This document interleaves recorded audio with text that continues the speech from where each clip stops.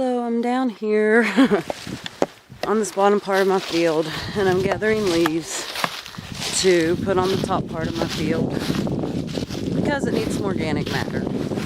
I kind of just wanted to come down here and say that I can't find my rake, so I'm doing this by hand.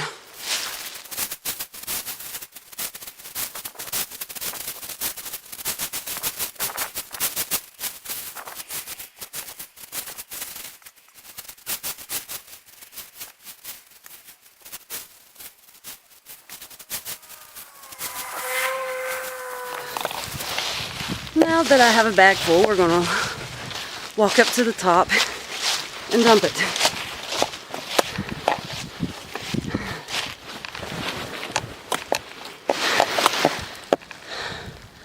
This kohlrabi is over a year old. I put it in the ground last summer and it survived the winter uncovered.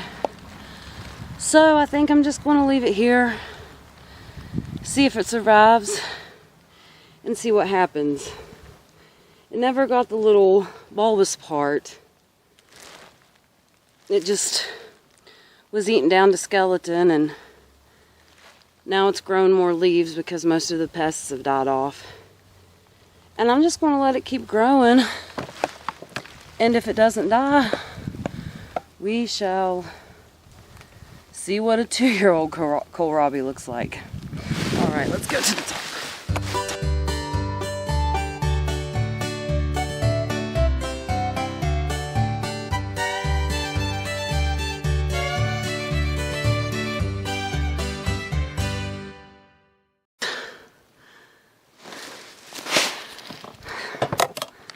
Sun's really in my eyes. When we had this graded and flattened for our high tunnel, it took all the topsoil, and we put some wood ash and some sawdust to this point and a little bit of straw. Sorry, I'm winded. That was a long walk up a hill. So now I kind of just want to take advantage of the leaves and put them down as well so we can get as much decaying organic matter up here as possible. I do have compost started, so I'm probably going to do the no dig, no till, whatever you want to call it, as much as possible until I run out of materials. When we put our tomatoes in the ground up here this year, and you can kind of see their skeletons sticking up everywhere if you see little dead sticks. I can't really see, my viewfinder's too bright, I can't see what I'm focused on, but everywhere we put a tomato, we buried that with compost. So there is already compost up here working. And as you can see along the edges, it's already starting to get some weeds and greenery back.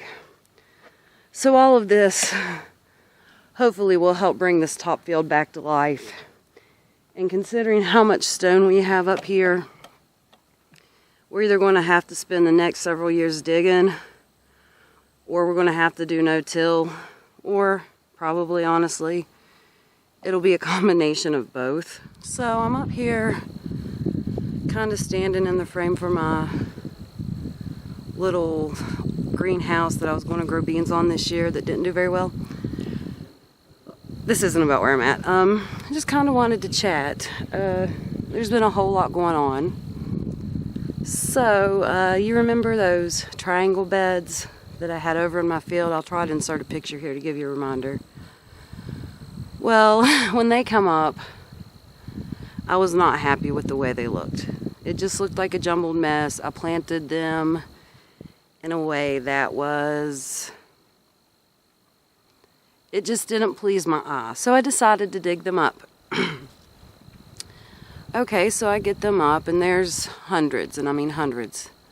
Also crocosmias, also liatris.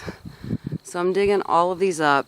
Oh, and a few lily bulbs that I just moved over a few feet and reburied.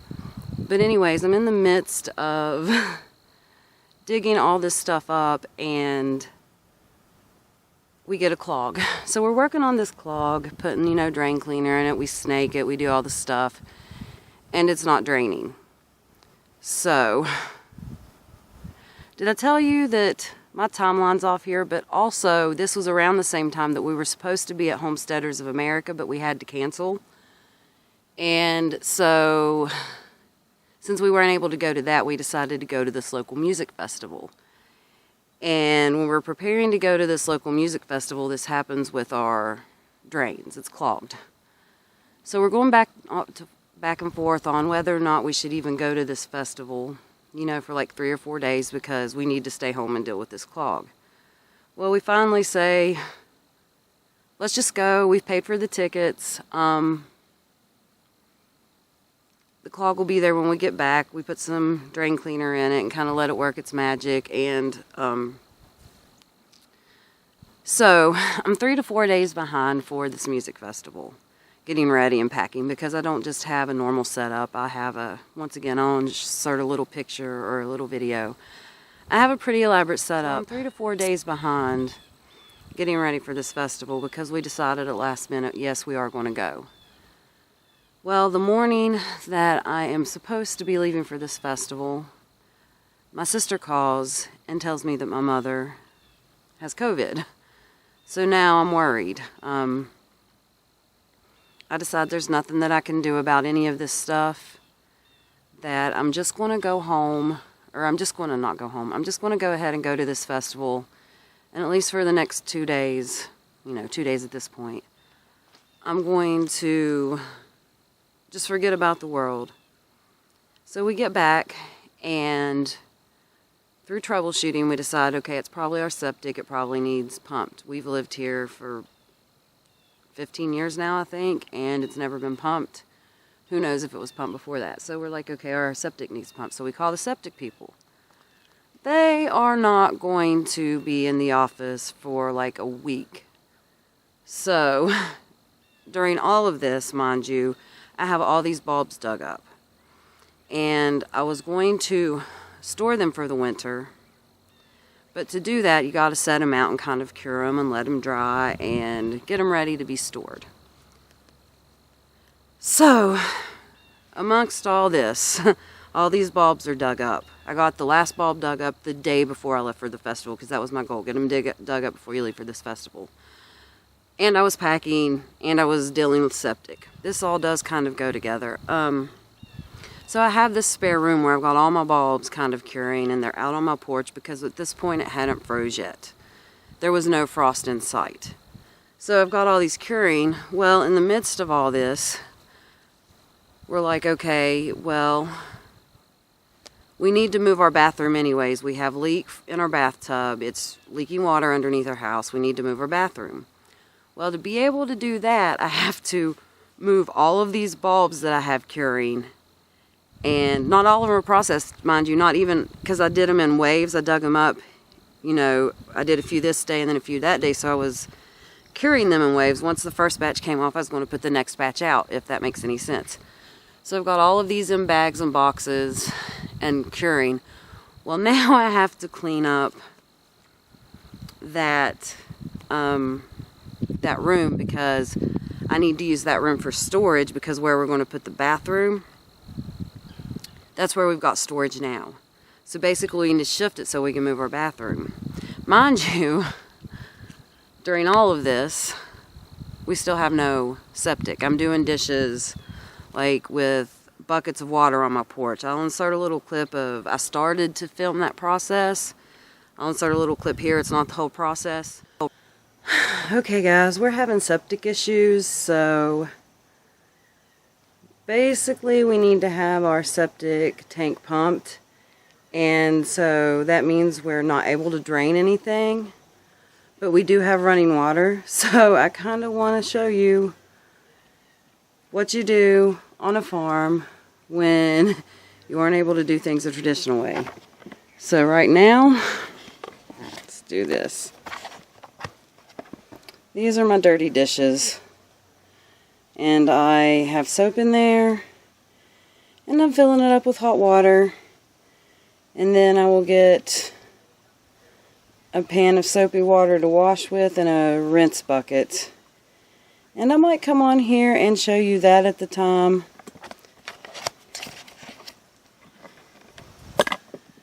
Because honestly, how long has it been since people have had to do dishes this way?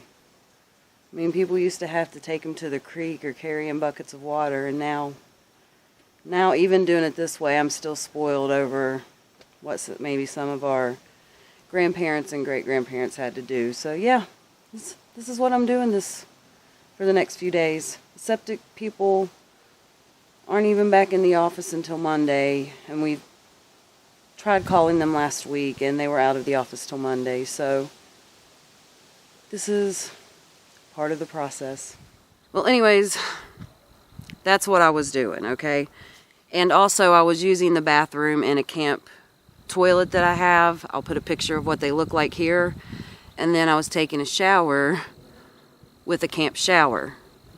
I'll put another picture of what that is here. Okay, so that was the whole, you know, our water ran, we just did not have a drain. So, in the midst of all this, I've got all these bulbs that I now need to do something with.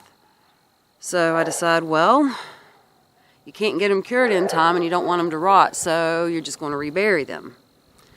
So now I've got all these bulbs to rebury before the ground freezes. Okay, I'm at the bottom of my field.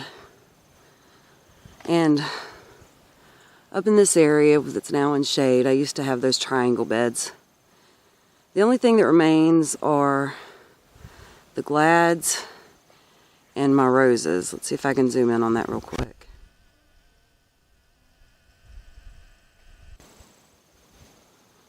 Now I know this is, wrong area. Now I know this is all in shade, but that's because of the time of the year it is. This field is full sun all day, whenever it's summer. So what I'm doing with my glads is I'm kind of making this walkway. I'm putting them here, I'm putting them like here and here.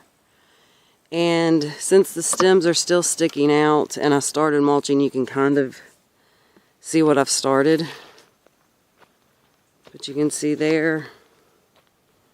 And then there's some over here. And what I want to do is flank this walkway. There will be a little bit of a break in this area. And what I mean by break, there will be an area where we don't plant any. So that way you can walk through and access this over here. But we're going to do both sides. And you can see I've got them there. I've got them all the way through here. And then here we're doing another break because I have these banana trees and they will eventually grow bigger and get a canopy. I need to put a cage around them because something keeps eating them. I think it's a little bunny rabbit. Okay, I'm going to put some over here. I haven't got to that side because when the battery ran out on my auger the other day, or last time I was out here, I'd gotten this side.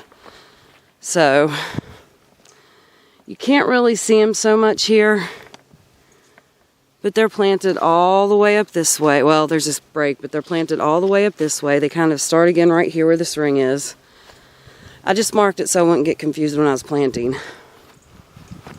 And then I have them all the way up this way. And I put this ring here to show where I'd stopped. There's what's left of those triangle beds. But if you look down, it goes all the way up here. Where this first ring is my banana tree, so there's nothing really around that. And then it starts again at this ring. Well, I'm going to mirror the same thing over here. On this side, it's going to come where I stopped on this ring and kind of curve to this and stop about where that board is, so it will create a little pathway this way. This little hillside we often use to walk up to the top part of our field. So I had these liatris that I dug up and I kind of used them right here to edge the pathway. And so over in this area and a little bit in this area, I'm going to go through and plant these crocosmias I need to get back in the ground before the ground freezes.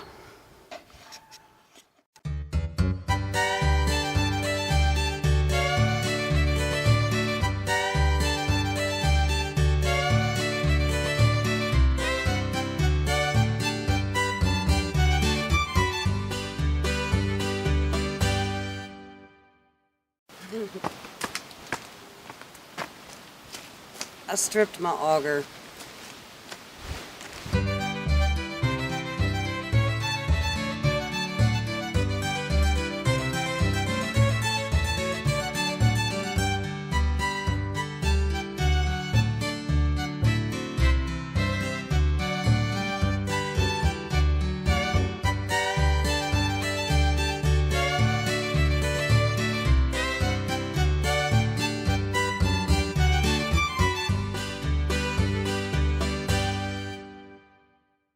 We've got to figure out where our septic system is, because we know about where it's at, but it's not mapped.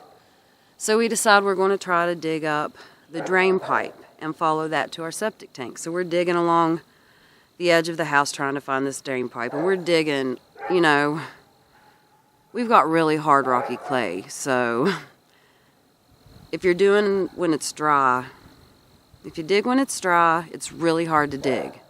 If you dig when it's wet, it's easier to dig. However, the soil's heavier to move, so you kind of got to choose.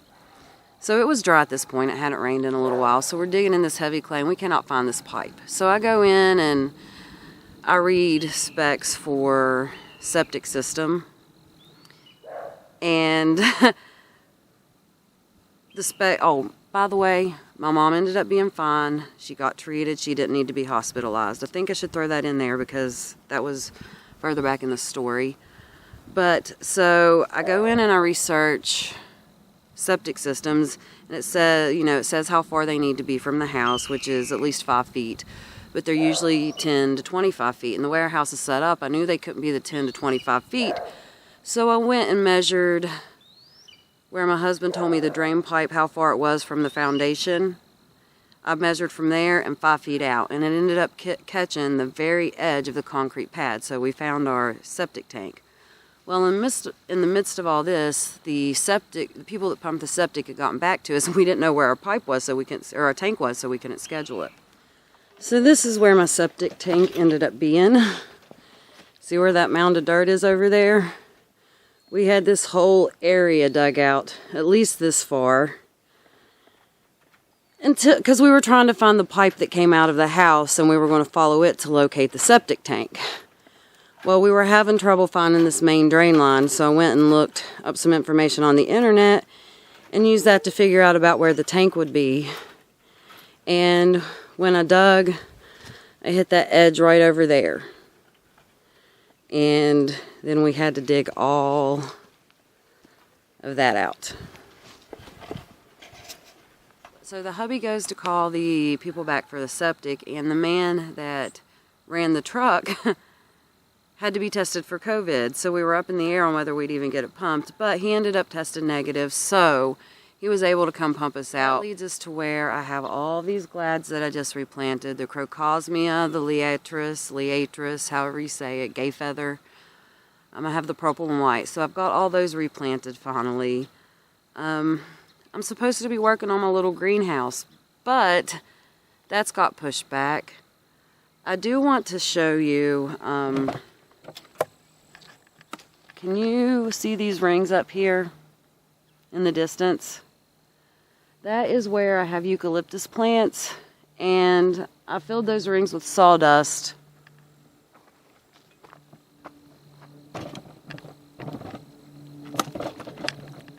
I'm going to try to overwinter them. There's some that have just been left. I didn't have time to dig them all up. They don't like to be disturbed anyways. I did dig up about 6 or 7, and I gave one away. So I do have some in the house as backup, but there's some that I have in rings that I am going to try to overwinter. And then there's some that I've just left in the ground. Now they do have mulch because pine needles have fallen on them. Some of them are more exposed than others. So next spring, we'll see if overwintering did anything, or if they all just die, if any come back, if none come back.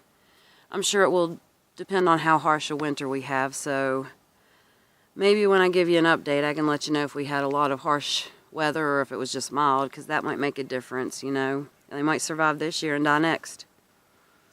I'm just trying to give you a rundown of what I've been up to, because amidst all this stuff going on, I just did not have time to pick up the camera, and the few times I did pick up a camera, I did not get anything complete enough to put out a video, and that's where some of these other clips that I've been putting in have come in, because these were videos that I started to film and I just didn't have the time or opportunity to film anything that made sense. Well, I guess with all that being said, oh, I do want to put this in there too. In the midst of all this, I was doing a seed trade. Well, this last week, I just sent them in, not yesterday, but the day before. And it was the seed trade where you write down what you have, and then people look at your list, and then you make a trade. Like, I'll trade you my green beans for your tomato, and then you write it down, you send it into a person, they sort it and send it back. So I will have what I'm getting sent back coming up, and I also have another seed swap coming up in a few weeks whenever it gets to me. That's the traveling box seed swap. So I do have a few of those coming up. I kind of just wanted to give you guys an update about what's going on. Hopefully the next project that I'm working on, now that I've got those bulbs buried, I mean, I've got a few, but those are ones that'll have to be stored. They can't be reburied. I think I've got some freesia and maybe a ranunculus. I'm not sure. We had our first frost, which was also our killing frost, because in years past, sometimes our first frost isn't necessarily a killing frost. But we had our first frost and killing frost, like, I think it was November 3rd. It was either the 2nd or the 3rd, which for us is about a month past due. Well, last year it was like the 10th of October.